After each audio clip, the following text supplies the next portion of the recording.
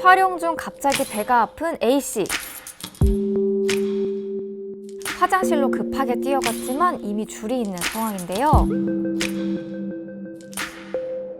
모두가 급하게 줄 서 있는 화장실에서 무언가 보여주자 사람들이 양보해줍니다. 과연 사람들이 양보해준 이유는 무엇일까요? 안녕하세요. 정진희 PD입니다. 최근 20대에서 40대, 비교적 젊은 층에서 염증성 장질환이 증가하고 있습니다. 과거 윤종신 씨가 앓고 있다고 밝힌 크론병도 염증성 장질환의 한 종류인데요. 그렇다면 염증성 장질환, 특히 크론병이 무엇인지 알아보겠습니다. 안녕하세요. 저는 경희대학교 병원 염증성 장질환센터의 이창균 교수입니다. 오늘 제가 말씀드릴 내용은 염증성 장질환에 대해서 간단히 소개해 드리려고 하는데요. 염증성 장질환이란 크론병, 궤양성 대장염이라는 두 가지 병을 합쳐서 부르는 이름입니다. 최근에 우리나라 또 아시아, 전 세계적으로 그 발병률이 급격히 증가하고 있어서 큰 관심이 되고 있죠.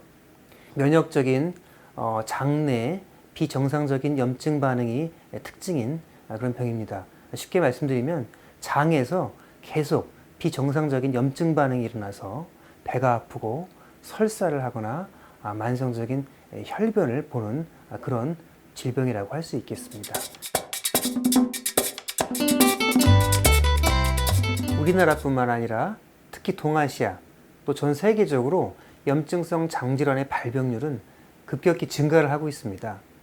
이 원인으로서는 유전적인 소인도 있겠고 환경적인 유발인자가 중요하겠고요. 또 장내 미생물의 이상 등이 복합적으로 관련돼서 나타난다고 생각을 하는데 이 환경적인 유발인자가 중요하겠죠. 과거에 없던 병인데 우리나라를 비롯한 동아시아 이런 나라들은 급격히 산업화가 진행된 나라이기 때문에 환경적인 유발인자가 중요하겠고 특히 관심을 받는 것은 아무래도 음식물과 같은 큰 변화가 아닐까 싶습니다.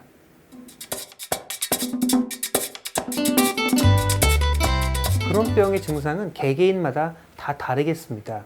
말씀드린 바와 같이 입에서부터 항문까지 질병이 나타날 수 있는데 사람마다 질병이 침범하는 부위가 다르기 때문에 증상도 조금씩 다르게 나타납니다. 그렇지만 일반적으로는 만성적인 복통 그리고 만성적인 설사를 말하는데요. 일반적으로 한 달 이상 원인 모를 설사가 지속되게 되면 크론병을 특히 의심을 해야 되고 특히 이러한 설사가 젊은 연령 20대에서 40대에 지속적으로 나타나는 경우에는 반드시 크론병이 있는지를 확인하기 위해서 검사를 받아보시는 것이 좋습니다.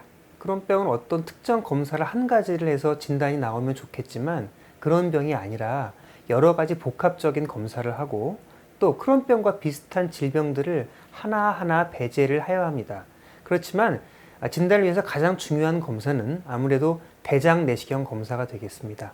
대장 내시경 검사를 통해서 특징적인 장의 염증의 정도를 파악하고 또 조직 검사를 통해서 염증들의 특성을 확인하게 됩니다. 여기에 혈액 검사, 또 대변 검사, 영상 검사, 특히 CT나 MRI를 통한 소장 촬영 검사를 추가할 수 있겠습니다.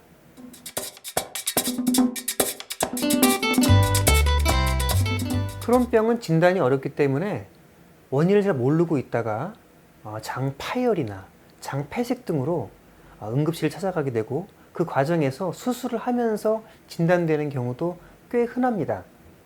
따라서 이런 경우에는 그걸로 치료가 끝나면 좋을 텐데 아쉽게도 크론병은 이 장 소화기관 전체를 침범하는 병이고 계속 병을 갖고 있는 것이기 때문에 수술 이후에도 지속적인 약물 치료와 관리가 필요합니다. 기본적으로 크론병은 약물 치료를 기본으로 하게 됩니다.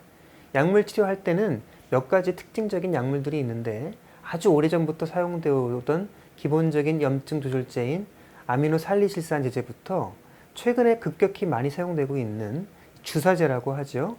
강력한 항염증 작용을 갖고 있는 생물학제제들이 많이 사용되고 있습니다. 일부 환자들은 약물 치료에 잘 반응하지 않거나 또한 진단이 늦어져서 수술적 치료가 필요한 경우도 있겠습니다.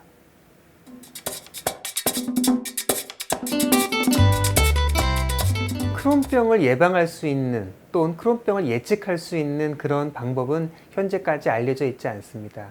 하지만 크론병에 가족력이 있는 그런 가족들에서 크론병을 건강한 가족들 중에 크론병이 발생할 수 있는지 예측할 수 있는 모델이 무엇일까 하는 많은 연구들이 이루어지고는 있습니다. 앞서 말씀드린 바와 같이 아시아에서 특히 한국에서 크론병이 급격히 발생이 증가하고 있는 그런 이유도 어떤 환경적인 이유, 특히 음식물의 변화 같은 것들이 많이 거론이 되기 때문에 우선은 기름진 음식을 많이 줄이고 당류의 섭취를 많이 줄이고 일반적으로 흔히 권하는 건강한 식생활을 유지하는 것이 일차적인 예방법이 되지 않을까 그렇게 생각을 합니다. 크론병에 걸리고 나면은 내가 이 병으로 인해서 사회생활을 못한다거나 원하는 일들을 못할 것 같은 그런 걱정들을 많이 합니다. 특히 이 질병이 10대, 20대, 30대와 같은 젊은 연령에서 주로 발병을 하기 때문에 이러한 연령층들은 사회적으로 활동이 활발해야 되고 꿈이 많은 시기인데 그럼에도 불구하고 질병으로 인한 걱정과 두려움이 큽니다. 그렇지만은 최근에는 이 질병에 대해서 많이 연구가 이루어졌고 또 훌륭한 좋은 치료제가 많이 개발되면서부터 질병의 관리가 잘 이루어지고 있습니다. 조기 진단을 통해서 질병을 빨리 관리하고 치료하게 되면 원하는 일을 잘 하면서 건강한 삶을 영위할 수 있을 것입니다. 크론병은 염증이 조절되는 시기와 갑자기 악화되는 시기를 반복하고 호전과 악화를 반복하는 것을 특징으로 하는 시기가 되겠습니다. 그런 경우에는 이런 환자들이 자주 병원에 가야 되고 하기 때문에 학업이나 직장에서 아무래도 좀 빠져야 되는 경우도 상당히 많기 때문에 사회적인 좀 배려와 지지가 필요하겠습니다.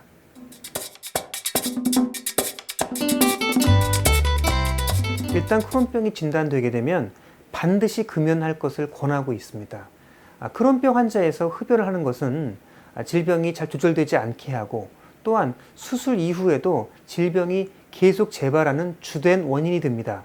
따라서 우리가 크론병 환자를 진료를 하게 되면 매번 올 때마다 저는 계속 물어봅니다.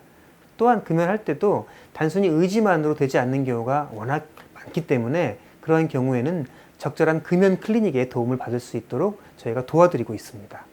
크론병은 기본적으로 장질환입니다. 주 증상이 설사와 복통이기 때문에 이 질병의 염증이 심한 시기에는 배변 활동에 큰 곤란을 일으킬 경우가 많습니다.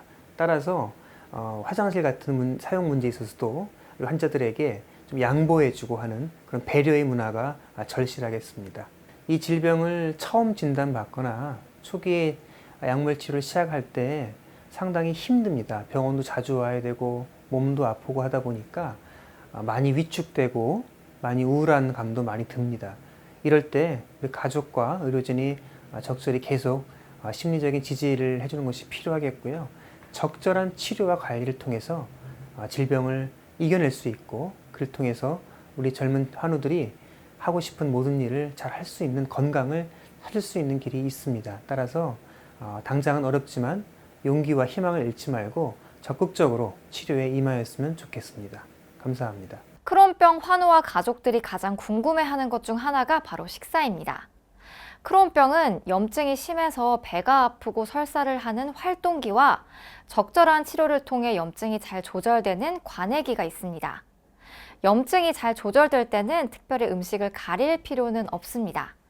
다만 염증이 심할 경우에는 음식 조절이 필요한데요. 이럴 경우에는 가수분해가 잘 되어 있고 소화가 되기 쉬운 아주 부드러운 음식을 추천드립니다. 네, 여러분 크론병에 대해 잘 알게 되셨나요? 화장실에서는 누구나 급하지만 정말 누군가에게는 아주 긴급한 상황일 수 있습니다. 따라서 앞서 보여드렸듯이 누군가 이 카드를 보여드린다면 꼭 배려와 양보 부탁드립니다. 이상 정진희 PD였습니다.